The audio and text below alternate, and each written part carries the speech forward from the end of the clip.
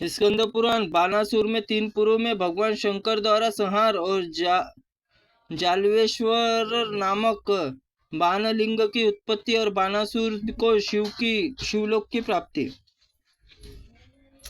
मार्कंड जी कहते हैं, सतयुग में बलि नाम से प्रसिद्ध एक देश श्रेष्ठ दैत्य हो गया है।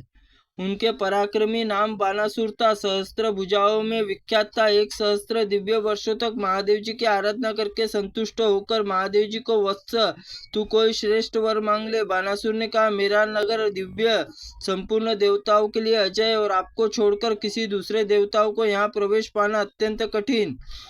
मेरा यह नगर मेरे स्थिर होने पर स्थिर और चलने पर साथ चले, सर्वथा मेरे मन के अनुकूल बना रहे। महादेव जी ने एवं अस्तु कहकर भगवान विष्णु को बानासुर के कहा, यदि महादेव जी तुम्हें एक पूर्व में तुम्हारे मन में अनुरूप दिया है तो वैसे ही दूसरा पूर्व भी देता हूँ। तत्पश्चात दोनों देवता विष्णु और शिव एकत्र होकर बानासुर को, तुम शीघ्र ही ब्रह्मा जी के पास जाओ। तब बालिका पुत्र पास पहुंचे। ब्रह्मा जी ने हृदय से लगाया और कहा, वत्स, भगवान शिव और विष्णु दोनों तुम्हें एक एक पूर्व प्रदान किया है, अतः मैं भी वैसा ही एक पूर्व तुम्हें देता हूँ। तीनों में पूर्व में प्राप्त बानासुर त्रिपुर नाम से विख्यात हुआ। युधिष्ठिर इस प्रकार वरदान पाकर सहस्त्र भुजाओं में विस्तार शक्तिशाली बना बानासुर समस्त देवताओं के लिए अवध्य हो गया। उसने यक्ष, विद्याधर, दानव, गंधर्व, राक्षस समस्त निवासियों को नष्ट कर दिया। वहां वेदिकाएं तोड़ फोड़ डाली और इंद्रिय अमरावतीपुरी को उजाड़ दिया। उसके अत्याचार से उद्विग्न होकर सब देवता महादेव जी के पास गए और इस प्रकार बोले, भगवान, आपने विष्णु तथा श्री ब्रह्मा जी बानासुर वरदान देकर अजय बना दिया। इसके साथ युद्ध करने की शक्ति किसी में नहीं है, तो उसके सामने खड़ा होकर भस्म कर देता सकता है। महादेव जी बोले, देवता, तुम 30 करोड़ संख्या हो, उसमें बड़े बलवान है, सभी संगठित हो जाओ, यत्न पूर्वक त्रिपुर का विनाश करो। यह सुनकर सब देवता तीखे अस्त्र बानासुर त्रिपुर के समीप गए, किंतु दैत्य समस्त देवताओं क्षण भर में परास्त कर दिया। अस्त्र शस्त्र भी छीन लिए। देवताओं के पांव उखड़ गए और उत्साह में होकर पुनः महादेव जी के समीप आए। महादेव जी ने पूछा, तुम सब लोग वहां जाकर क्या किया?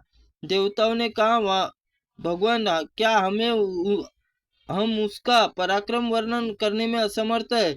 देवताओं की बात सुनकर शिव ने कहा, अच्छा, तो तुम महादुष्ट और त्रिपुर संहार मैं स्वयं करूंगा। यह कहकर कैलाश चले गए। वहां त्रिपुरासुर भी वहां जा पहुंचे, जहां उसके साथ देवी पार्वती, चंडेश्वर, नंदी, महाकाल, महेश्वर, वर्ष, भंगी, किरीट, विघ्नेश, स्कंद, महावीर, पुष्पदंत, घंटाकर्ण, महोदर, गोमुख, हस्तिकर्ण, स्थुंजंग, ऋतोदर, यह 15 पार्षद भगवान के शिव के साथ गए। वे सब महादेव जी के तुल्य पराक्रमी थे। मान क्षेत्र स्वरूप श्री शैल नामक सिद्ध पर्वत है। वहां ठहरकर महादेव जी देवी का लिए प्रिय त्रिपुरासुर को मारना उचित होगा। ऐसा कहकर भगवान शंकर ने उस पर्वत पर अपना प्रधान निवास बनाया और व्यापक विराट रूप धारण करके पिनाक नामक धनुष हाथ लिया और ऐसे में एक पैर से पाताल को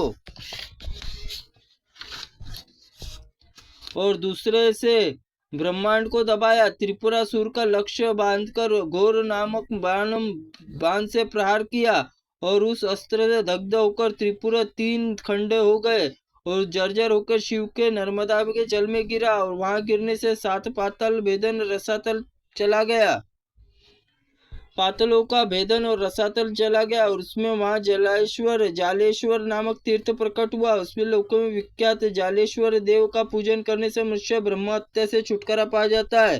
कोटि सहस्त्र कल्पों तक भगवान शिव धाम सुखपूर्वक निवास करता है। वहां स्नान करने से स्वर्ग जाते हैं जो मृत्यु प्राप्त होते हैं, पूर्व जन्म नहीं होता। युधिष्ठिर, तिल और जल तर्पण करने से पिंडदान, जब तक भगवान शंकर नर्मदा जी स्थित है तब तक पितर तृप्त होते। काल, अग्नि, रुद्र समान प्रज्वलित त्रिपुर नाश अघोरो शास्त्र नर्मदा के सिवा कौन दूसरा धारण कर सकता है।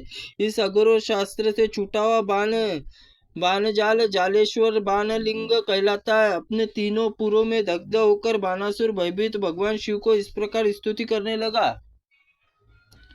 अनादि देव ईश्वर आपको नमस्कार, विघ्नेश्वर आपको नमस्कार, महेश्वर आपको नमस्कार, सर्व आज्ञाकारी हर ज्ञानदाता आपको नमस्कार, अनंत गुणमय रत्नों से विभूषित परमेश्वर आपको नमस्कार, परातीत उत्पत्ति पालन करने वाले शिव आपको नमस्कार, सब प्रयोजन के सिद्ध साधन भूत विश्वनाथ आपको नमस्कार, धनंजय निराधार स्वभाव उपद्रव रहित आपको नमस्कार, सदा प्रसन्न रहने वाले परमेश्वर संपूर्ण योगों के स्वामी आपको नमस्कार, भूतनाथ जगन्नाथ सर्वधार आपको नमस्कार, सृष्टि संहार मोक्ष और सात पातलों का आश्रय आपको नमस्कार, त्रिनेत्र त्रिशूल धारण करने वाले त्रिलोक स्वरूप आपको नमस्कार, चंद्रशेखर देवता असुर दोनों चरणों में नतमस्तक होते हुए आपको नमस्कार, महाप्रभु आपकी जीवा चपलता के कारण विषय कुछ कहने के दुष्टा है इसमें क्षमा करे, आपके गुणों का वर्णन में